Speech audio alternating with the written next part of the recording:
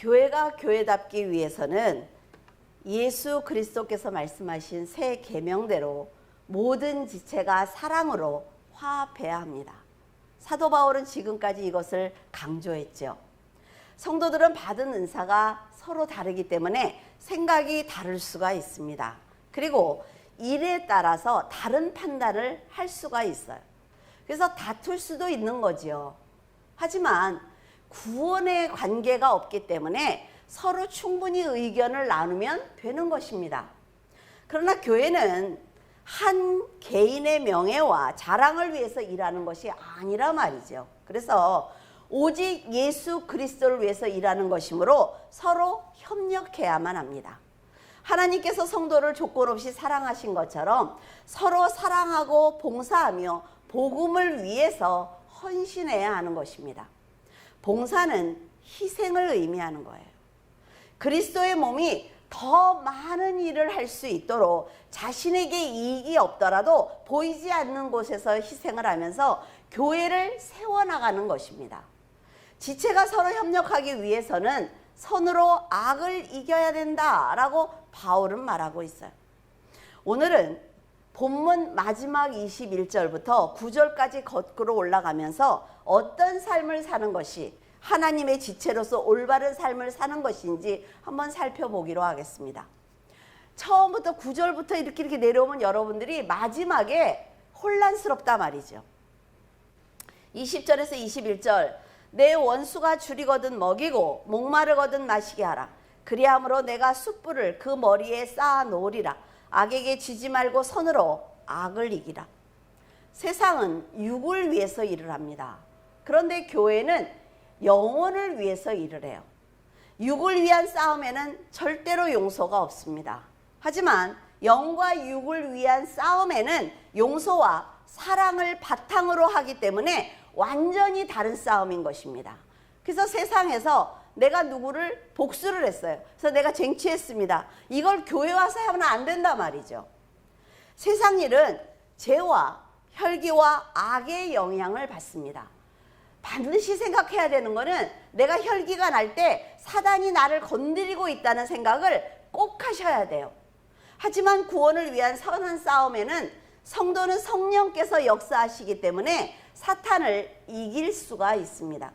성령의 인도하심을 받은 성도들에게 네 원수가 줄이거든 먹이고 목마르거든 마시게 하라, 이렇게 말한 것은 우리는 육의 싸움을 하는 것이 아니라 우리는 영의 싸움을 하는 것이기 때문에 아무리 억울하고 분해도 복음을 전하는 것을 포기하지 마라 라는 얘기예요. 세상에서 자신을 공격하는 사람을 배고프지 않도록 먹이고 목마르지 않도록 마실 것을 주는 것은 어쩌면 어리석게 보일 수가 있어요. 나를 계속 공격하고 있는데 그 사람이 배고프다고 먹을 걸 줘요? 그러면 신이 나서 더 공격할 텐데. 그럼에도 성도들은 적을 만드는 인생을 사는 것이 아닙니다. 사랑을 베푸는 싸움을 해야 되기 때문에 상대는 물론 자신과의 싸움에서도 이겨야만 합니다. 자신의 본능을 이기는 것이 힘들더라도 하나님의 명령이기 때문에 따라야 하는 거죠. 억울한 일을 당해도 말씀대로 여러분이 노력하다 보면 하나님의 사랑을 깨달을 수가 있어요.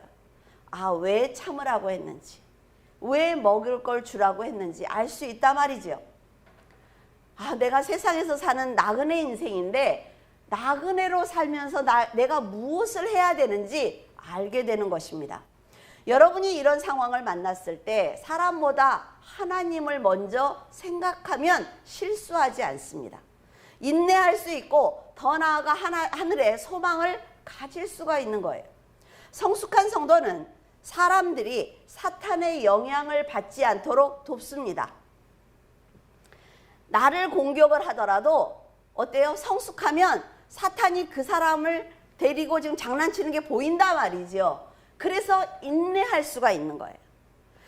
영적으로 어린 사람은 성도들의 성숙한 행동을 오해할 수가 있습니다. 어떻게 나한테 이럴 수가 있어? 어떻게 이렇게 일을 처리할 수가 있어? 저 사람이 어떻게 나한테 이런 말을 할 수 있어? 라고 오해할 수가 있어요. 이해하지 못합니다. 그런데 사탄이 그 영혼에게 영향을 끼치지 못하도록 그 순간은 그를 도와야 된단 말이지요. 그러면 그 성도가 성장했을 때는 아는 거예요. 우리도 자식을 키우면 어렸을 땐 몰라요. 근데 자녀들이 성장하면 어때요? 부모의 마음을 이해하게 되지 않습니까? 마찬가지예요. 그 이집트에서는 사람이 진심으로 내가 회개하고 싶다. 그럴 때 많은 사람들 앞에서 숯불 판을 머리에 올려놓고 공식적으로 회개를 했다고 해요. 그래서 이걸 보고 이 기록을 한 거죠. 변함없이 선한 마음으로 사랑을 베풀면 상대방의 머리에 숯불을 쌓아놓는 것처럼 그가 자신의 잘못을 회개하는 때가 옵니다. 그런데 우리는 어때요? 당장 그를 설득하려고 해요. 지금 내가 왜 이렇게 하느냐 하면 설득하려고 그러면 상대가 듣나요? 지금 화가 났어요. 사단이 장난치고 있는데 절대로 듣지 않습니다, 여러분. 그러니까 기다려주는 거예요. 그가 하나님의 말씀을 듣거나 기도를 하거나 어떤 상황이 돼서 이래서 그 일이 일어났구나라고 이해할 때까지 기다려주는 것입니다. 상대 불문하고 사랑을 베푸는 것은 결코 쉬운 일이 아닙니다.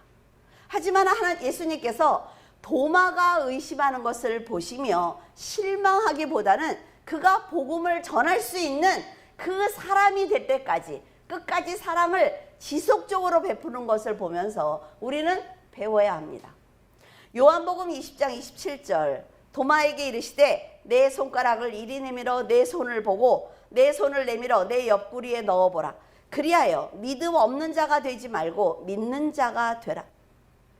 제자들은 유대인이 너무나 무서웠습니다. 그때는 그리스도인들이 핍박을 받을 때거든요. 그러니까 문을 잠그고 자기들이 그 집 안에서 숨어 있었어요. 숨어 있으면서 예수님의 부활에 대해서 얘기를 나누고 있었습니다. 그때 예수님이 문을 열지도 않았는데 그 자리에 나타나신 거예요. 그러면서 성령을 받으라고 말씀을 하셨죠. 예수님이 제자들을 직접 찾아오셨을 때 도마가 그 자리에 마침 없었습니다. 나중에 이제 도마가 들어왔어요. 그래서 제자들이 예수님이 여기 오셨다 가셨어 라고 얘기를 했지만 그는 뭐라 그래요? 내 손으로 그 손을 만져보고 옆구리에 찔러보지 않은 다음에는 난 믿지 못하겠다 라고 말했단 말이에요. 도마의 이런 행동을 보면 어쩌면 이성적인 사람이다 라고 칭찬할 수도 있습니다. 맞지? 안 봤는데 어떻게 믿어? 너희들은 너무 허황된 얘기를 하고 있어. 할 수 있단 말이죠. 그러나 그가 지금까지 들은 말씀이 있습니다.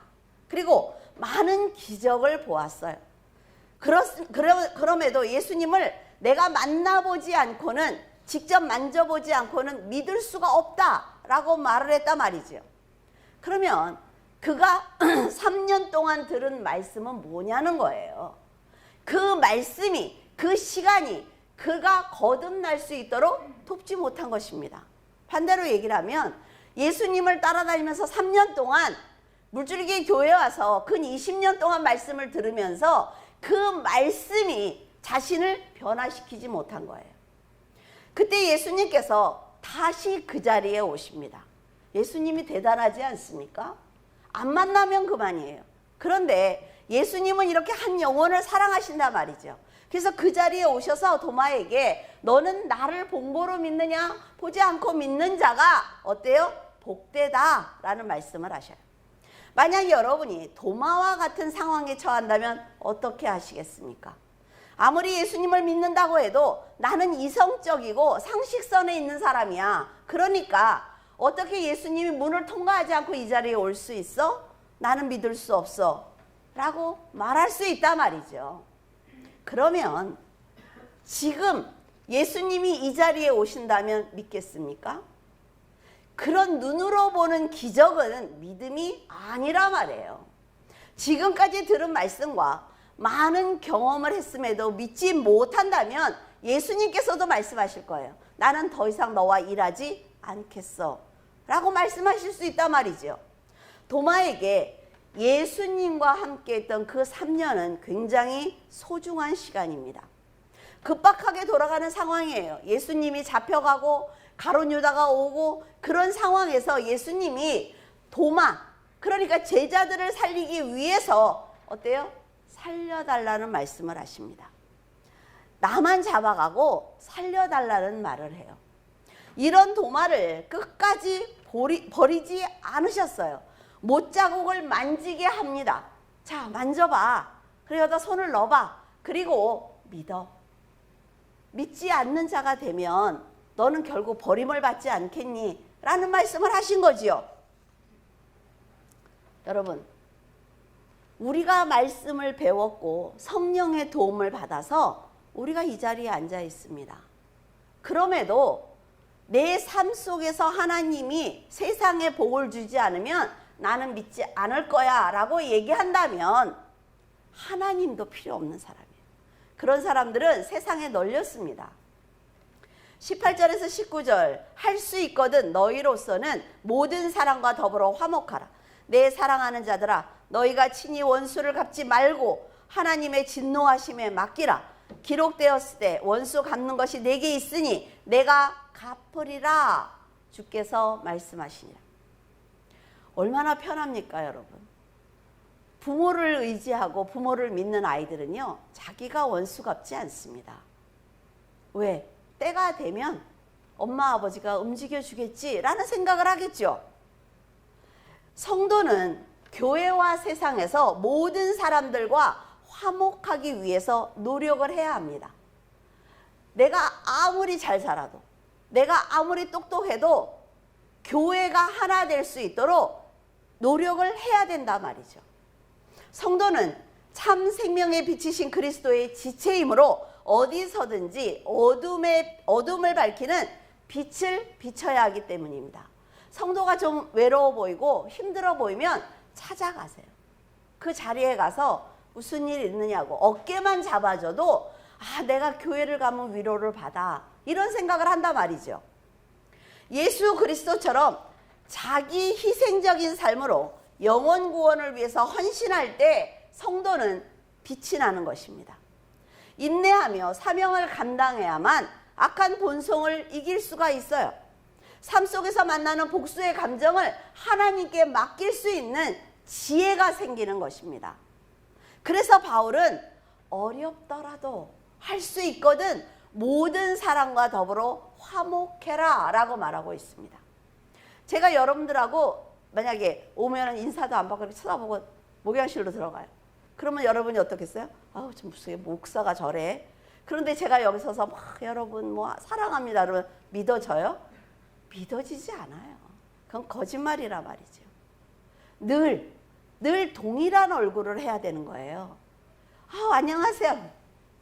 이러고 들어가. 뭐야? 근데 너무 빨리 굳혔어. 봤단 말이에요. 저 권사님은 뭐야? 가식이야 뭐야? 이렇게 되는 거예요.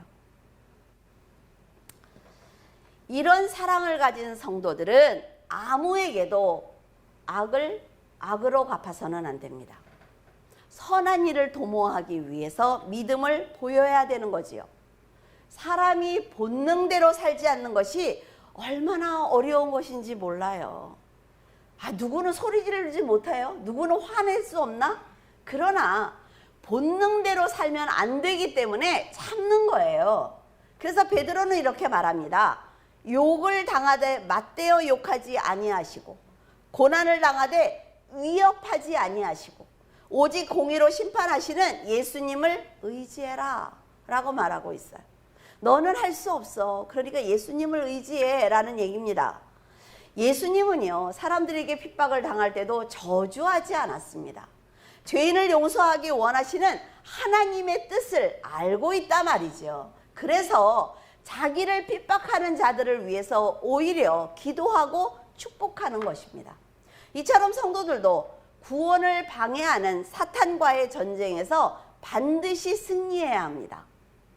성도들이 좌절하거나 불을 내거나 다툼이 있는 곳에는 악한 영이 영향을 미치고 있다는 것을 절대로 잊으면 안 됩니다, 여러분.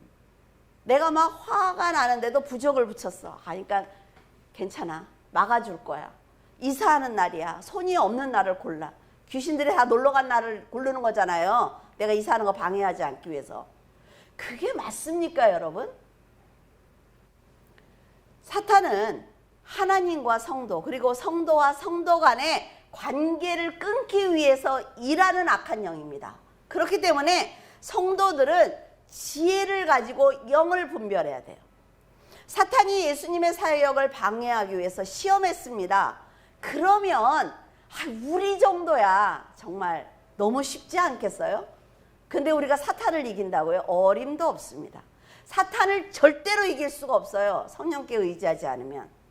성도가 문제를 만났을 때 분노하는 것과 억울한 마음이 드는 것과 복수하고 싶은 것은 바로 사탄의 시험입니다. 그래서 여기서 확 올라오면 내가 이걸 이길 거냐 아니면 지고 이것을 말을 뱉어낼 거냐 결정하셔야 됩니다. 이때 성도는 악한 영에게 지지 않기 위해서 나와 함께 계시는 성령으로 충만해야 됩니다. 그리고 겸손한 믿음과 지혜를 가지고 대적을 해야 돼요. 그래서 영의 싸움에서 이겨야 되지 않습니까? 그 사람이 말 한마디 내는 거는 꼭 문제를 만들어. 자기는 지혜롭다고 말하는데 꼭 문제를 만드는 거예요. 그러면 그걸 또 변명하기 위해서 가서 막 또 얘기를 해야 되죠. 말하는 도중에 또 문제를 만들어. 이런 사람은요, 그냥 입을 다물고 있으면 돼. 그렇죠? 그러면 중간만 간단 말이에요. 중간이라도.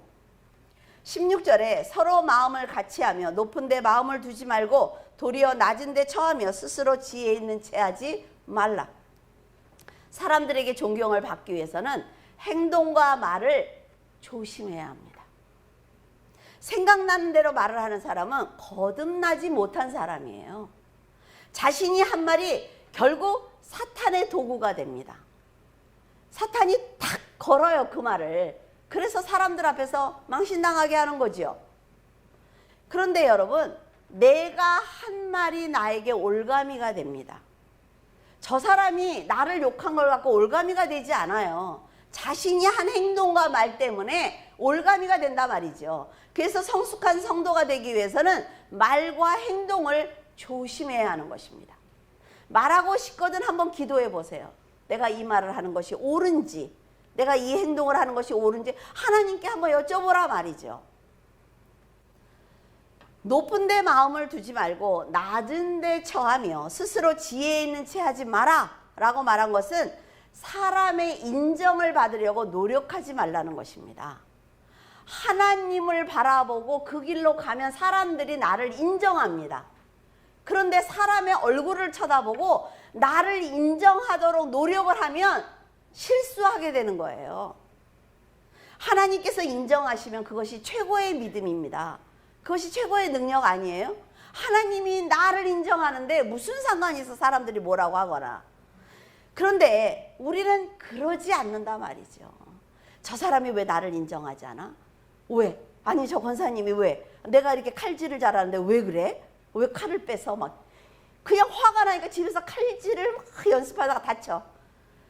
뭐하러 인정을 받으려고 해? 내가 하는 대로 하면 되지. 그러니까 저는 늘 여러분에게 얘기합니다. 부부간에는 자존심이 없어야 돼요. 부모와 자식 간에도 자존심이 없어야 됩니다. 그냥 모자란 듯 살면 된단 말이죠. 그냥 세워주면서 사세요, 상대를. 그럼 뭐 이겨서 뭐 할 거야? 이겨서 뭐 할 거예요? 안 그래요? 죽어야 끝나는 사람들인데 그 이겨서 뭐 할 거야? 그냥 져주세요. 그러면 어느 순간에 상대가 나를 존중하는 걸 느낍니다. 왜? 내가 바보라서 져주는 게 아니라는 걸 안단 말이죠. 사도 바울은 사람들의 연약함을 알기 때문에 아무 일에든지 다툼이나 허용으로 하지 말고 오직 겸손한 마음으로 각각 자기보다 남을 옳게 괜찮게 여겨라. 낮게 여기라니까 또 이렇게 밑에라 그럴까 봐 괜찮게 여겨라 라고 말하고 있어요. 그래야만 교만해지지 않는다는 거죠. 스스로 마음을 다스릴 수가 있습니다. 그래, 저 사람이 지금 나한테 저러지만 내가 저 사람한테 배울 게 있지. 맞아. 언젠가 난도 깨달을 거야. 그러면 화가 나지 않습니다, 여러분. 사람은 본능적으로 상대방과 나를 비교하게 돼 있습니다. 이게 본능이에요. 그래서 상대보다 내가 우월하다, 월등하다는 생각을 해요. 누구든지 남을 괜찮게 여기는 인격을 갖기 위해서는 상당한 노력이 필요합니다. 그래서 왜? 내가 이겨야 되니까. 선한 마음으로 악을 이기기 위해서는 많은 시간이 필요해요. 여러분, 악한 행동을 하기 위해서는요, 시간이 필요 없어요. 거기서 욕해버리면 되죠. 이상한 짓 하면 돼요. 그런데 상대가 내가 선으로 당신에게 지금 행동하는 거야 라는 걸 알려주기 위해서는 많은 시간이 필요합니다. 여러분에게 하나님을 믿으면 복 받습니다. 보세요. 이 장로님 딸들 좀 보세요. 아들 좀 보세요 하면서 칭찬하면요, 여러분들 혹합니다. 그런데 하나님의 말씀은 그런 게 아닙니다. 하나님의 말씀은 여러분을 변화시키는 거예요 라고 가르쳐 주기 위해서는 20년이 걸린단 말이에요. 자존감이 높은 사람은 상대방과 나를 비교하지 않습니다. 여러분, 여러분의 아이들 사탕 주고 그거 갖고 내가 가진 거랑 비교합니까? 비교하지 않아요. 자존감이 높은 사람은 다투거나 시기하지 않습니다. 이런 사람을 성숙한 성도다라고 말하는 거지요. 성숙한 성도는 사람들과 화목합니다. 그리고 선한 일을 함께 도모하고 하나님께 자신을 맡겨요. 그래서 복수하지 않습니다. 상대방을 이해하고 품는 성숙한 마음을 가지면 악한 영이 개입을 할 때 미워하기보다는 이해하는 마음으로 상대를 보호하려고 합니다. 그리스도 안에서 같은 목적을 가진 형제라 말이죠. 내가 저 사람한테 그래, 저 사람보다 내가 한들 뭐 할 거예요. 천국에 같이 들어갈 건데. 상대를 자신보다 괜찮게 여기는 성숙한 인격을 가질 때 두 사람의 관계는 회복될 수가 있어요. 누가복음 10장 5절에서 6절, 어느 집에 들어가든지 먼저 말하되 이 집이 평안할지어다 하라. 만일 평안을 받는 사람이 거기에 있으면 너희의 평안이 그에게 머물 곳이요, 그렇지 않으면 너희에게로 돌아오리라. 제가 정말로 좋아하는 말씀입니다. 이 말씀을 믿으면 인내할 수 있어요. 인내할 수 있습니다. 성숙한 성도가 축복을 하면 그가 축복을 받고 저주를 하면 그가 저주를 받는데요. 그러면 얼마나 무서운 얘기냐는 거죠. 내 입에서 나가는 말로 상대가 어려움을 당할 수 있다. 그러면 어때요? 하면 안 되잖아요. 그렇죠? 하나님께서는 성도들에게 걸림돌이 되는 모든 문제를 해결해 주시기 때문에 성도들은 말과 행동을 그래서 더 조심해야 되는 것입니다. 근데 너무 재밌는 게 있어요. 이게 마음이 안 좋은 사람은 그래? 저 사람 나한테 못되게 굴었어. 저주를 막 해. 그런데 하나님이 안전장치를 만들어 놨어요. 너무 보면서 너무 멋있는 분이다라는 생각이 들어요. 이렇게 거룩한 성도들이 복수하기 위해서 시간을 허비한다면 사탄을 돕는 죄를 짓는 것입니다. 그래서 하나님께 도리어 책망을 받는다 말이죠. 성도들이 한 입으로 찬송과 축복과 저주를 하면 축복은 축복대로 역사를 하시고 저주는 저주대로 역사하시기 때문에 여러분이 감정에 휩싸이지 않고 영을 분별하면서 말해야 되는 거예요. 성령께서는 성도들이 어느 집을 들어갔어요. 그러면 이 성도는 분명히 그 집에 들어가면 축복을 할 것이고 복음을 전할 거야 라는 믿음을 가지고 계세요. 그러면 어때요? 들어가서 영적으로 승리할 수 있도록 영권을 주시겠죠. 하나님의 능력을 주십니다. 그래서 그 집에 들어가서 문제점을 빨리 깨닫게 하시고 도와주게 만드신다 말이죠. 그러면서 들어가서 그 집에 가서 축복을 했어요. 하나님, 이 가정을 도와주시기를 바랍니다. 막 돈을 많이 벌게 해줘요. 그 축복이 아니에요. 오직 하나님의 길로 갈 수 있도록. 그래서 하나님의 일을 할 때 하나님이 이 사람을 도와주시기를 원합니다. 그러면 도와주시기 원해서는 어때요? 능력도 주셔야 되고 물질도 주셔야 될 거 아니에요. 근심과 걱정이 있으면 안 되는 것 아닙니까? 그렇게 자연히 따라온다고요. 그거는. 그러니까 그걸 위해서 기도하지 마. 우선순위를 위해서 기도하세요. 그런데 재밌는 게 있어요. 축복을 많이 한 사람은요, 그 사람과 더불어 함께 축복을 받습니다. 왜? 이 아이에게 능력을 주면 얘는 반드시 나누어 줘 라는 걸 알면요, 더 주신단 말이에요. 재밌어 해요, 하나님이. 그런데 그 축복을 가서 빌었어요. 근데 그 집이 날마다 싸워. 혈기가 충만해. 막 욕도 충만하고 집안이 막 어둠도 충만하고 그래요. 그래서 가서 축복을 빌었어요. 그런데 절대로 임하지 않습니다. 그래서 여러분이 가서 한 축복은 그대로 나에게 오는 거예요. 손해볼 거 없잖아요. 그렇죠? 그러면 반대로 여러분이 누가 여러분을 위해서 기도하는지 알 수 없지 않습니까? 그래서 누가 기도하는지 모르지만 받을 그릇을 갖고 있어야 되는 거예요.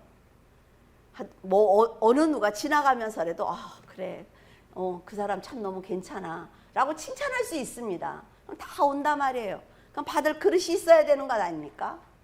많은 사람이 여러분을 위해서 중보 기도를 해도 받을 그릇이 없으면 해결되지 않습니다. 왜 내 일이 이렇게 해결되지 않아요? 성도들이 다 함께 기도한다면요. 해도 내가 그릇이 없기 때문에 안 되는 거예요. 그래서 내 일도 해결이 안 되고 기도하는 사람들도 지치는 것입니다. 그래서요, 선하게 살아야 되는 거예요. 하나님만 바라보고 하나님께서 내 인생을 인도하실 걸 믿고 나가야 되는 것입니다. 내가 하려고 하지 마세요. 내가 하려고. 그리고 반대로요, 선한 사람을 저주하면 그 저주도 자기에게 돌아옵니다. 저 사람 너무 비기 싫어. 그러니까 저주를 했어요. 막 집에서. 근데 그 사람이 하나님의 뜻대로 사는 사람이면 그 저주는 자기에게 다시 오는 거예요. 그래서 근심과 고통, 그것을 경험하게 될 것입니다. 상대가 누구든지 어떤 상황에 처하든지 절대로 혈기를 내거나 말과 행동을 함부로 해서는 안 됩니다. 상대에게 직접 말로 저주하지 않아도 내가 집에서 분을 내거나 사람들에게 그 사람을 모함하는 건 역시 하나님께서 보실 때 저주입니다. 그래서 악에게 지지 말고 선으로 악을 이겨야 하는 거예요. 원수가 줄일 때 먹을 것을 주고 마실 것을 주는 여유가 있어야 사람들과 더불어 화목할 수가 있는 거죠. 마음의 여유가 전혀 없어. 늘 혈기로 차서 늘 동동거려요. 근데 누구를 축복을 해요? 그래서 여유 있게 사세요. 왜? 나그네잖아요. 나그네들이 뭘 그렇게 많이 가지려고 해. 어떤 일이든 악으로 갚지 말고 선한 양심으로 일할 때 성령께서 그 성도의 편에서 일하시는 것입니다. 여러분이 선한 마음으로 일했다면 상대가 숯불을 머리에 쌓는 것처럼 부끄럽고 고통스러운 일을 당하게 될 것입니다. 하나님께서는 영혼을 살리기 위해서 일한 여러분을 도와주실 것이므로 세상과 사람과 악한 영을 두려워하지 않아도 됩니다. 왜? 나는 싸울 이유가 없어요. 싸우고 싶지 않아. 그래서 상대가 아무리 공격을 해도 시험 당하지 않아요. 그러면 재미없어서 간단 말이죠. 15절에 즐거워하는 자들과 함께 즐거워하고 우는 자들과 함께 울라. 여러분 솔직히 얘기해 보세요. 다른 사람을요 이렇게 진심으로 축복을 하십니까? 그 사람이 어려운 일을 당하면 정말 잘해줄 수 있어요. 가서 울어줄 수 있고 도와줄 수 있어요. 제가 얘기한 적 있죠. 제 친구가 꼭 그런다고. 제가 어려움을 당하면 세상에 그런 좋은 친구가 없어. 근데 제가 조금 무슨 좋은 일이 생기면 상대도 안 해, 나를. 쳐다도 안 봐요. 그래서 어려운 일이 당하면 또 와요. 이게 뭐지? 처음에는 그게 너무 혼란스러웠어요. 이게 사람의 이게 본심이구나 라는 생각을 했죠. 다른 사람을 진심으로 축복하기 위해서는요, 하나님 아버지가 내 아버지라는 확신이 있어야 합니다. 그 사람에게 무엇을 주시든 그것은 그 사람의 것이고 또 하나님이 나에게 역사하실 것은 역사하신다는 그런 자존감이 높아야만 진심으로 축복할 수가 있는 거예요. 사람들에게 시기와 질투가 없는 진실된 축복을 하기 위해서는 성숙한 믿음과 하나님을 닮은 사랑을 내가 가지고 있어야만 가능하다 말이죠. 여러분, 나보다 더 돈을 많이 벌고 나보다 더 잘된 사람을 진심으로 축복하는 거는요, 내가 없어야 되는 거예요. 내가 없어야만 할 수 있는 거지요. 그런데 형제든 부모든 친구든 누가 나보다 더 잘 되고 있어. 그럼 미워해. 그리고 싫어해. 그건 뭐예요? 자존감이 낮은 거예요. 그래서 하나님이 축복을 하고 싶어도 내가 그릇이 없는 거예요. 여러분 잘 들었으면 좋겠어요. 이거는 가인이 아벨을 질투한 것처럼 인간의 악한 본능에서 나오는 것입니다. 그래서 상대가 누구든지 내가 더 잘 돼야 돼. 좀 어리석지 않습니까? 그럼에도 성도는 자신을 박해하는 자를 축복을 하고 저주하지 않는 거지요. 즐거워하는 자들과 함께 즐거워하고 우는 자들과 함께 울 수 있어야 한다라고 사도 바울이 말하고 있습니다. 예수님이 생명을 버리는 낮은 자리까지 내려가셨습니다. 그래서 성도들도 이 낮은 자리까지 내려가야만 내 본능을 이길 힘이 생기는 거예요. 여러분이 고난을 당할 때 정말 사람도 안 되고 시간도 안 되고 노력도 안 될 때가 있을 거예요. 하나님을 쳐다볼 수밖에 없을 때가 있죠. 가장 낮은 자리예요. 그때 그 시간을 잊으면 안 된다 말이죠. 살아가면서. 낮은 자리에 내려가는 용기를 가진 성도는요, 다른 사람이 나보다 더 나은 성공을 해도 기뻐할 여유가 있습니다. 왜? 그 사람은 그 사람이야. 내가 못 가졌다고 옆에 있는 사람이 가진 걸 시기하면 그건 어리석은 사람이라 말이죠. 이런 인격을 가져야만 덕스러운 인간관계를 유지할 수가 있어요. 정직한 마음을 주는 이웃이 되어서 기쁜 마음으로 축하해 줄 수가 있는 것입니다. 이렇게 성숙한 믿음을 가질 때 선한 일을 방해하는 사탄의 움직임을 볼 수가 있습니다. 모든 걸 다 버릴 때 회사에 가든 사업을 하든 상대가 어떻게 움직이는지가 보입니다. 아닌 것 같아요? 진짜예요. 상대가 이렇게 움직일 거야. 내일이나 모레쯤 이 사람이 이런 말을 하면서 이렇게 움직일 거야. 이게 보인다는 거죠. 그래서 못 이기는 거예요. 성숙한 성도를. 그거는 그 사람이 똑똑해서요? 아니에요. 말씀 안에서, 성경 안에서, 성령 안에서 하나님이 알려주는 겁니다.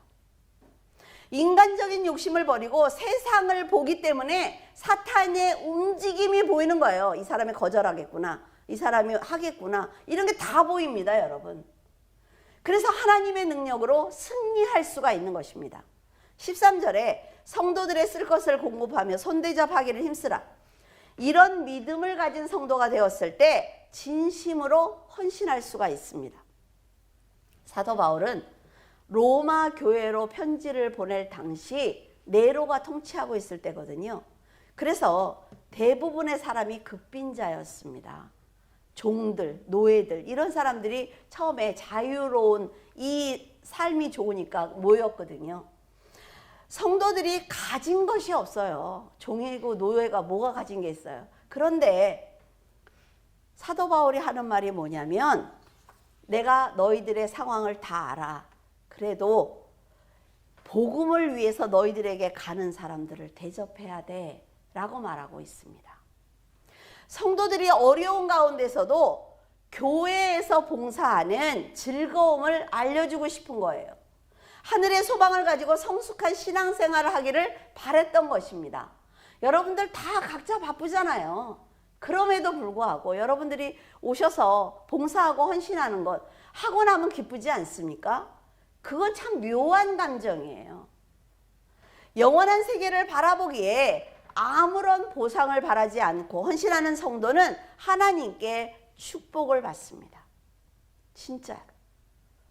반면에 열심히 일할 때 이것을 방해하는 사탄의 시험에 들 수도 있어요. 그래서 나는 오늘 일하러 왔어요. 근데 그 사람이 안 와.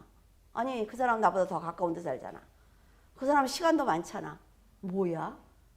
근데 전화를 해보니까 여행을 갔대. 그럼 어때요? 2배로 화가 나. 여행을 갔다 와서 주일에 나와서 안녕하세요. 그러니까 너무 꼴보기 싫은 거지. 그러지 말라고.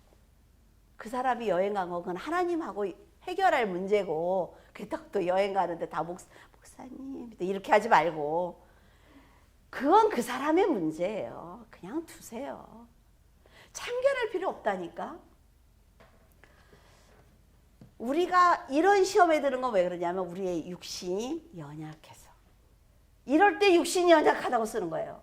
기도할 때, 뭐 헌신할 때, 그 육신이 연약해서 기도를 하지 못했습니다. 이거 거기서 쓰는 거 아니에요? 그런데 재밌는 건 하나님은 그 성도의 희생이 헛되지 않도록 도와주신다는 거죠. 하나님의 이 사랑이 사탄과 싸워서 이길 수 있는 능력이 됩니다. 정말로. 그러니까 게으르지 말고 열심히 주를 섬기는 성도가 되어야 하는 것입니다. 10절에서 11절, 형제를 사랑하여 서로 우애하고 존경하기를 서로 먼저 하며 부지런히 게으르지 말고 열심을 품고 주를 섬기라. 바울은 환난을 당해도 소망 중에 즐거워하기 위해서는 형제를 사랑하고 존경하기를 먼저 해라 라고 말하고 있어요. 그런데 게으르게? 아니요. 열심히 주를 섬기라. 열심히 주를 섬겨야만 형제를 사랑할 수가 있어 라는 얘기예요. 여기서 열심을 품으라는 건 가슴에 불을 안고 하라는 거예요. 가슴에 불이 있어요. 막 너무 충만해. 이걸 하지 않으면 안 돼. 근데 이게 혈기면 문제가 커요. 그런데 하나님의 그 성령의 충만함이면 무엇이든지 하고 싶다 말이죠. 성령으로 충만해지면요, 뜨거운 열정이 생깁니다. 그래서 죽도록 헌신하면서도 그 희생이 희생인지 몰라요. 내가 시간을 내서 열심히 밤을 새워서 와서 일을 해도 그것이 내가 희생한다는 생각이 안 든단 말이죠. 내일 성도들이 밥을 맛있게 먹겠네? 그 얼굴이 떠오르지, 이게 뭐야, 나만 하고 있어, 이러지 않는다는 거죠. 그런데요, 여러분, 지금 내가 지금 희생하고 있어, 내가 지금 봉사하고 있어 라는 걸 알면 그 아는 순간 그건 봉사가 아니에요. 희생이 아닙니다. 어떤 대가를 바라는 거죠. 잘 분별하셔야 돼요. 물론 세상 일을 다 버리고 교회 일만 하라는 것 아닙니다. 그래서 여러분들에게 20년 동안 교회 일만 하도록 강요하지 않았어요. 근데 시간이 많이 지나고 나니까 여러분들이 여러분 스스로 알아서 일을 하고 있잖아요. 그렇죠? 세상에서 살아가는 성도들은 교회에 매이면 안 됩니다. 그러면 자, 세상에서 6일 동안 열심히 일하고 7일째 되는 날 와서 안식을 하는 거예요. 하나님께 예배를 드리면서. 잘 알아야 돼. 또 교회 안 가도 돼. 또 이러고 싸우지 말고 둘이. 그 말이 아니죠. 그래서 성도는 하나님의 백성이라는 것을 알고 어둠의 세력에 붙들리면 안 됩니다. 세상에서 6일 동안 어둠의 세력에 붙들리지 않기 위해서 하나님께 특별히 드리는 그날에 와서 내 모든 것을 내려놓는 거예요. 그래서 다시 충만함을 얻어서 세상에 다시 나가는 거죠. 굉장히 중요한 것입니다. 세상의 삶이 얼마나 중요한지 몰라요. 전도를 우리 성도끼리 합니까? 예수 믿으세요. 이래요? 밖에 나가서 해야 될 거예요. 밖에 나가서. 여러분이 하나님을 사랑하고 있는지 정말로 궁금하다면 지금 진심으로 믿음의 형제를, 이 교회를 사랑하고 있는지, 존경하고 있는지 한번 생각해 보세요. 내가 정말 교회를 사랑해서 내가 교회를 위해서 무엇인가를 내가 지금만 진심으로 하고 있어. 그러면 하나님을 사랑하고 있는 것입니다. 부지런하게 열심을 품고 하나님의 일을 감당하고 있는지 자신에게 물어보세요. 그러면 스스로 답할 수 있습니다. 하나님께서는 열심히 없이 교회를 다니는 것을 용납하시지 않습니다. 내가 네 행위를 아노니 네가 차지도 아니하고 뜨겁지도 아니하도다. 네가 차든지 뜨겁든지 하기를 원하노라. 네가 이같이 미지근하여 뜨겁지도 아니하고 차지도 아니하니 내 입에서 너를 토하여 버리겠다 라고 말씀하셨어요. 하나님의 이름으로 사랑하는 사람에게는 가식이 없어야 합니다. 악을 미워하고 선에 속한 성도의 말과 행동에는 거짓이 없어야 되고 삶을 통해서 하나님의 이름을 높여드려야만 합니다. 우리는 형제를 사랑함으로 사망에서 옮겨 생명으로 들어간 줄을 알거니와 사랑하지 아니한 자는 어디에 머물러 있어요? 사망에 머물러 있다. 그렇게 말한 요한처럼 여러분이 내가 구원을 받았는지 안 받았는지 나한테 와서 물어보지 마세요. 목사님, 저 구원 받은 것 같아요? 몰라. 알고 싶거든. 내가 지금 형제를 사랑하고 있는지 보면 안다 말이죠. 내 안에 분노가 있는지, 내가 어떤 사람을 의심하고 있는지 한번 생각을 해보시면 스스로 답할 수 있단 말이죠. 구원은요, 처음부터 사람이 노력해서 받은 것이 아닙니다. 하나님의 일방적인 사랑으로 받은 거예요. 그래서 예수님께서 우리를 사랑하신 것처럼 서로 사랑해야만 선으로 악을 이길 수가 있습니다. 이런 성도는 인간적으로 보기에는 연약해 보일 수가 있습니다. 아, 저 사람 바보야 뭐야 맨날 당해 할 수 있죠. 그런데 하나님의 지혜로 살기 때문에 하나님 안에서는 누구보다도 강한 성도입니다. 왜? 그 사람이 하는 게 아니에요. 하나님이 하시니까. 자, 우리 금요일날 조명수 고사님 틈에 관한 책을 읽으셨나 봐. 틈이 벌어져서 틈으로 들어오는 사람을, 그죠? 그래서 사람은 틈이 있어야 되고 포용할 줄 알아야 되고 막 말씀하셨어요. 우리가 여유가 있어야 되는 것입니다. 누구든지 들어올 수 있는 여유가 있어야 돼요. 그래야만 하나님께서 맡겨주신 사람을 거부감 없이 받아들일 수가 있는 것입니다. 내 안에 많은 사람들이 내가 품고 있어야 하나님이 보실 때 아우, 양식이 다 떨어졌겠네. 그리고 능력을 주시는 거고, 아유, 제가 너무 많이 나눠줘서 아무것도 없겠네. 그래서 물질을 주시는 거예요. 이런 분이 하나님이라 말이죠. 그래서 여러분은요, 언제 어디서나 늘 겸손하고 사랑을 베풀고 품어주는 성도가 되기를 바랍니다. 기도하겠습니다. 하나님 아버지, 감사를 드립니다. 이 세상을 바라보는 저희들에게 세상을 이길 수 있는 방법은 하늘에 소망을 두고 아버지가 살아계신 전능한 분이라는 것을 믿고 높은 자존감을 가지고 사는 것이라고 말씀하셨습니다. 그럼에도 날마다 하나님의 마음을 아프게 해드리는 저희들입니다. 용서하여 주시옵소서. 원수가 줄이거든 먹이라고 하신 그 놀라운 말씀에 순종하지 못하고 망설이고 있는 저희들에게 내가 너희들을 용서한 것처럼 용서하면 된다고 위로하셨습니다. 너희들이 내 말을 믿고 선한 싸움을 하기만 한다면 내가 그들의 머리에 숯불을 쌓아놓은 것처럼 대신 복수해 주겠다고 말씀도 하셨습니다. 저희들이 얼마나 어리석으면 이렇게까지 말씀을 하시는지 죄송한 마음입니다. 하나님 아버지, 저희들 이제부터 즐거워하는 자들과 함께 즐거워하고 우는 자들과 함께 울겠습니다. 형제들을 세우기 위해서 낮은 자리에 앉겠으며 하나님의 나라를 확장하기 위해서 선한 일을 하겠습니다. 물줄기 교회 성도들이 하나가 되어 하나님의 일을 감당하는 것을 보시고 더 나은 믿음과 삶을 살 수 있도록 도와주시옵소서. 언제나 부끄럽게 하시지 않는 하나님의 자녀로 세상을 향해 복음을 외치며 거짓 없는 사랑을 나누겠습니다. 악을 미워하고 선을 사랑하시는 예수 그리스도 이름으로 기도드립니다. 아멘.